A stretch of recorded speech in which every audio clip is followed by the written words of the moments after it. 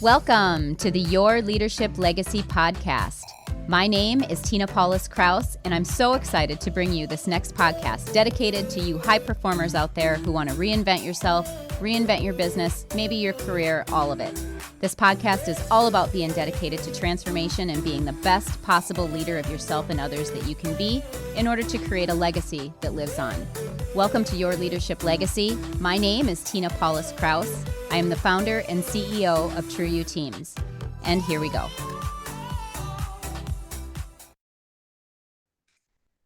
Hey everyone, welcome to Your Leadership Legacy. My name is Tina Paulus-Krause, and I have the beautiful Heidi Schalk with us today. Hey Heidi. Hi Tina, thank you so much for having me. I'm excited to be here with you. Oh my goodness, I'm so excited to have you on. We get to talk about all things business strategy, which is always amazing. So I would love for you to just tell the viewers a little bit about who Heidi Schalk is. Well, thank you so much for this. I am a business strategy and visibility coach. The visibility comes from the fear of being seen when I first started my business and overcoming that and helping women overcome that at different stages of their business. And I also am the host of the Be S.H.E podcast, which stands for Be Seen, Be Heard, Be Empowered. Again, I love to empower women to be seen, show up authentically, and inspire others to, step into their own transformation. Yeah. Woo. Beautiful. It's beautiful. So what stops women back from wanting to be seen? I'll just start right there with that big question. Let's go for it. So it typically stems from childhood experiences. And for many women, it's different depending on, your experiences and who you are. I grew up, I'm an introvert. Many people don't understand that about me or recognize that because now I'm always overcoming that fear, but I can go live on a dime. It doesn't scare me anymore. But I'm not, I'm an introvert and I'm also an empath, and I was extremely paralyzingly shy as a child. So put all that together and you have a debilitating fear of being seen. So it stems from childhood experiences, but also it also comes from the fear of being rejected, the fear of being ridiculed, the fear of judgment. Like, who do you think you are? Like, who people worried about what other people think. And I always tell my clients and my audience, I'm like, honestly, and I had to realize this myself. I'm not that special. People aren't thinking about me as much as I want them to be thinking about me or think they're thinking about me. And I say, with love, you're not that special that other people are thinking about you as much as you think they are. They're going through their own stuff. And when you show up, they are inspired. I was shocked and surprised that when I finally showed up through the fear, and it was an ugly show up. I can tell you that at some point, but it was an ugly show up. I always tell everybody, I'm like, when you go live, it'll never be as bad as I was. You'll always be better than I was. I promise. You inspire people, and it's beautiful to be able to support others in overcoming their fears when they're seeing you step through yours. Step through yours. I want to know what an ugly show up looks like. Okay, so when I first started my business, I joined a coaching program. And this came from a necessity. I was moving through a divorce and I had 2 small children. I was a stay-at-home mom, had no income, got to create an income, worked 2 jobs as I was doing it. But I found online coaching, and my why that made me cry, that drove me, was I wanted to stay home for my kids. So I didn't want the 9-to-5 regular job. I wanted to be home, have that flexibility to be there with them. So that was what drove me into entrepreneurship. But when I stepped into the online arena, the coaching arena, everybody made it look so easy. They were making a lot of money, and they were showing up, and it was powerful and giving value. And I'm like, oh, I can do this. And then I had to actually show up. I had to be seen. I had to post. I had to create content that was of value. I had to share myself with people. And I was not that type of person. I am a lone wolfer, recovering. That was then, this is now. So I was a lone wolfer back in the day. I was scared to speak, to share my voice for fear of ridicule, fear of people saying, like, who does she think she is, coming from, being a stay-at-home mom to now this. So I joined the coaching program, and it was in a private Facebook group. And there was this woman in there who was crushing it. She was their beautiful testimonial, and her and I became friends. And I was so happy for her. She was in England on the other side of the pond. So we were in the DMs, and she said, Heidi, I have a challenge for you. Will you accept it? And I'm like, sure. What could it be? She goes, awesome. I want you to go live in the group, and your topic is your breakdown to your breakthrough. Tina. And go now. Go now.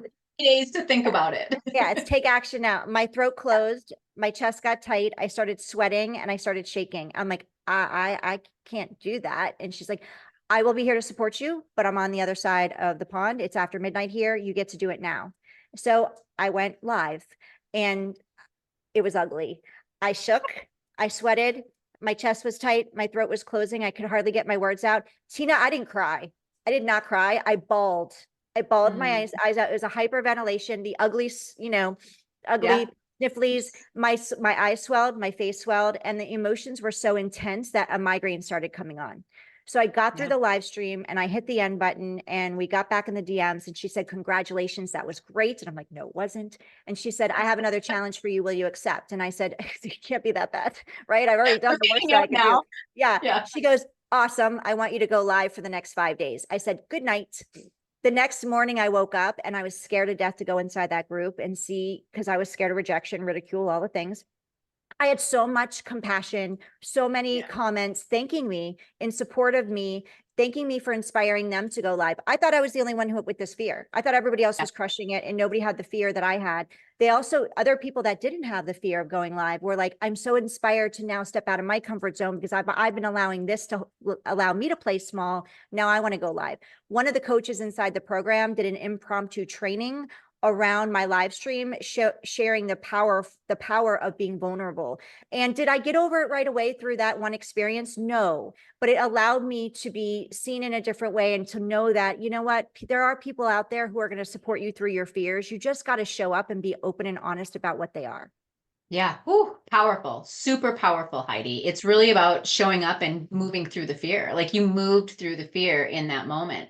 Talk a little bit about how you help, because you're a business strategy coach, right? Like, so talk about how you help clients work through that fear in their business, because that's business stuff. So how do you really support someone from a business perspective?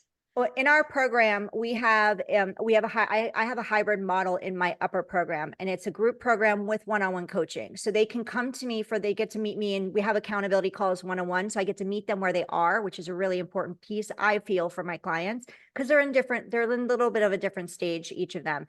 And then we have our group calls where they get to come together as community. And the beauty of that is they're supporting each other. I have what I call my 5-step money system. One piece of that is networking. I'm a big believer, because I was a past recovering lone wolfer. I believe in the power of collaboration and connection and networking and building your community. You have a choice of we do get to build our business on our own as far like how you're going to market it. And I'm a big believer in creating our own events as far as online virtual events, but I also believe in, leveraging other people's stages.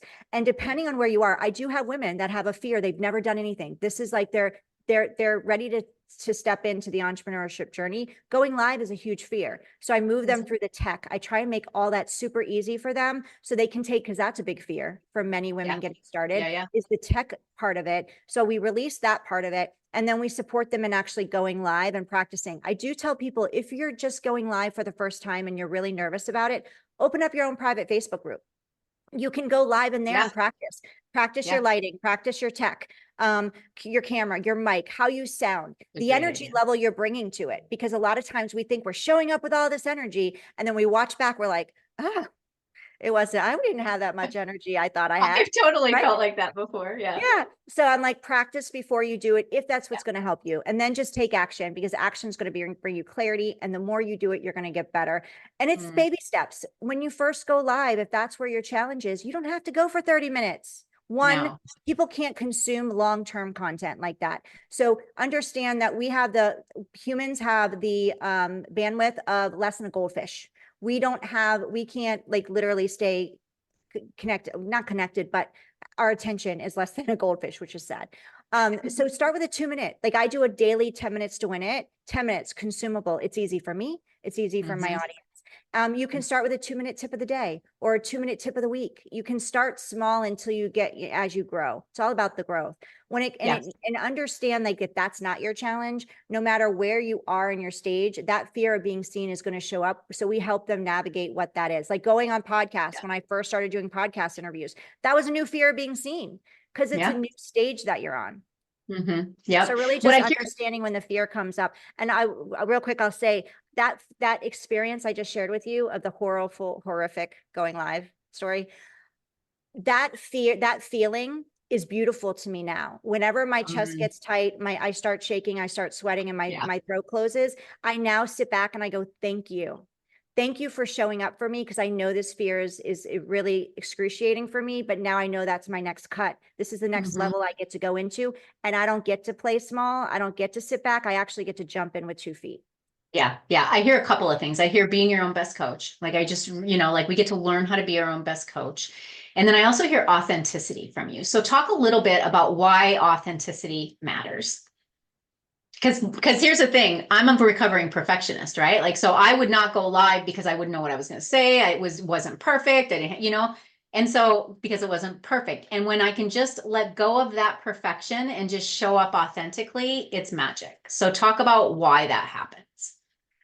Because people can connect with you. They see you as a real person. People want real. You can show up with your hair in a bun and no makeup on. Like, you don't always have to show up perfect. We want to show up on brand, of course. Like, we want to stay true to our brand, but depending on what that looks like for you. But just have fun. People want to be around people with energy and fun, right? Whatever fun looks like for you.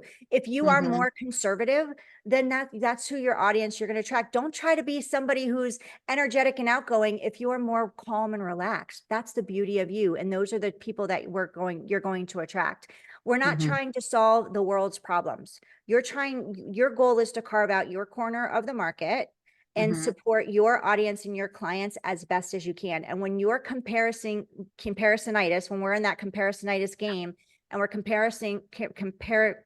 what's the word I'm looking for? Comparing ourselves to others, then we're not being ourselves. We're actually trying to be someone we're not. Your audience is going to know that, and you're really going to struggle in your business. People like quirks. They like different, because you know what?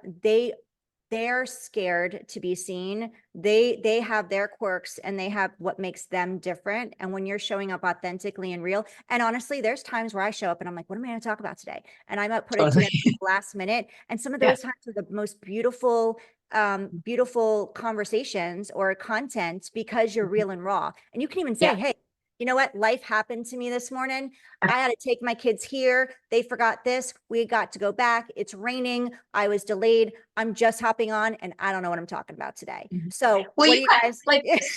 That's like standing in your leadership. You did what's going on in your world right now. You're doing that literally right now. Yeah, I'm in Florida. We have storms. We're in the summer, so storms is our life right now. And my office is beautiful. I have a beautiful backdrop in my office, very well lit. So now I've got 3 ring lights on, my chandelier, my kitchen light, and it doesn't look like it because I'm in my living room, because this is where my internet is best right now. So to stay true to being on time for Tina and you all, I got to be perfectly imperfect. Yeah, it's so beautiful. It's so beautiful. So I want to talk about the inner critic, because when you were going through some of those examples before, there's this inner critic that we have inside of us that stops us. I mean, that's the I don't want to be seen kind of thing. So what are some tools that you use with your clients to really tackle that beautiful inner critic that we all have? Yeah, it shows up for me every day, multiple times a day. Yeah, it Mhm. doesn't stop, no matter what level you're at, because you're like, especially if you're striving to keep continuing and growing. So this is a beautiful question. And I ask them to ask, like, I bring them into journaling. Journaling is a great way to really get your emotions out and what you're feeling at the time. Some people, journaling is such a simple tool, but I think we tend to make it so much harder than it really is. Cause I fought journaling for a really long time. And once I was able to journal out my emotions, I could move past it sooner, quicker. So even just 5 minutes or 3 minutes of journaling what you're feeling, and then you get to read it and go, is this true? Is this true? Like, worried about what other people thought of me. Is this true? Are people really thinking about me as much as I think no, they're not. So is this a true fear to hold you back? And and then once you find out, is it true? No, typically the answer is no. Then where is this stemming from? Because typically it's stemming from some past trauma or something that we've gone through in our life. For me growing up, the fear of being seen came from children are seen and not heard. And I also had a fear of when I would come home from school, or my stepmother would come home from work, first question out of my mouth, how was your day? If her day was good, I would be out in the house. If her day was bad, I hid in my room because I was afraid of being hit or getting in trouble. So that fear came into my adult life, because that trauma that I was holding on to was like, if I show up, am I going to get hurt? There was a fear of being hurt there. Now, for other people, they're outgoing. They want to be in the spotlight as children, right? They're very outgoing. They're excited. They're playful. And then they're told, you're too much. You need to step back. Let somebody else have the spotlight. Right. So Totally. it's really important to acknowledge where that is coming from. And once you can do that, then you can start healing it and moving through it. Yeah. Yeah. It's that acknowledgement piece. It's always about the acknowledgement. One of the questions I love to go through with my coaching clients is, what are you pretending not to know? Right? Like, what are you really pretending not to know? It makes a big difference. I love it.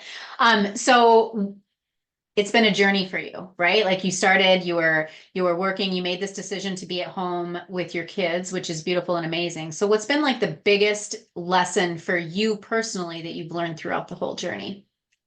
I love this question, because this is something I learned by actually having my podcast and talking to a lot of women who like self-care coaches, and a lot of people, and they would talk about like self-care tips and things. And listening to them, I'm like, I've been striving for this perfect world of work-life balance. Like, cause you hear people out there, oh, you can have work-life balance. So I'm striving for this for so long, Tina. And I was like always beating myself up, because I'm like, how come I can't have what they have? My life is so not balanced, right? Single mom, animals, kids, school. I'm navigating 2 schools, and I'm trying to juggle work, and it's just not working.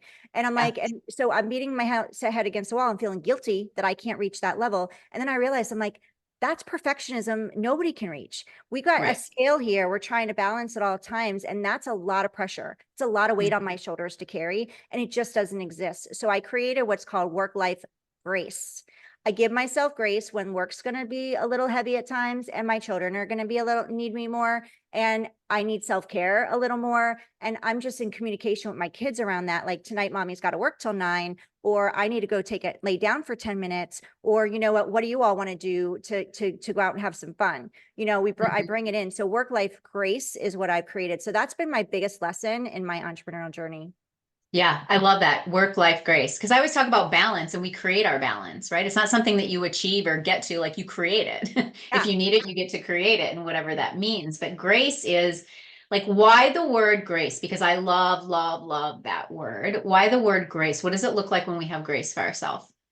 It looks like releasing guilt, going from guilt to grace, because we as women, we tend to hold on to a lot of guilt. Like, we're not there for everybody like we should. We're trying to create that, like you said, that recovering perfectionist, that perfect world where we're trying to balance. We have a lot of hats we wear as women, partners, business, children, daughters, aunts, friendship, and we all try to like be everything to everybody. So grace is an important word to me. So when I have that guilt show up, I'm like, no, you get to give yourself grace and just allow the things to be, and know that everything is happening for you, not to you. And that it's okay to release the things that are not serving me right now or serving you right now, and step into what's going to make you happy, what brings you joy. And that's what grace means to me. Yep. What do you really want? I love it. I love it. Love it. So your leadership legacy, talk to us about the legacy that you're leaving. This is such a good question. So I have two. Awesome. One is for my clients. I want to empower women to be seen, to really show up authentically, be themselves, and own it, whoever they are, and create whatever you want to create in your world. Like, I think back years ago, I released whatever my life was going to look like to other people.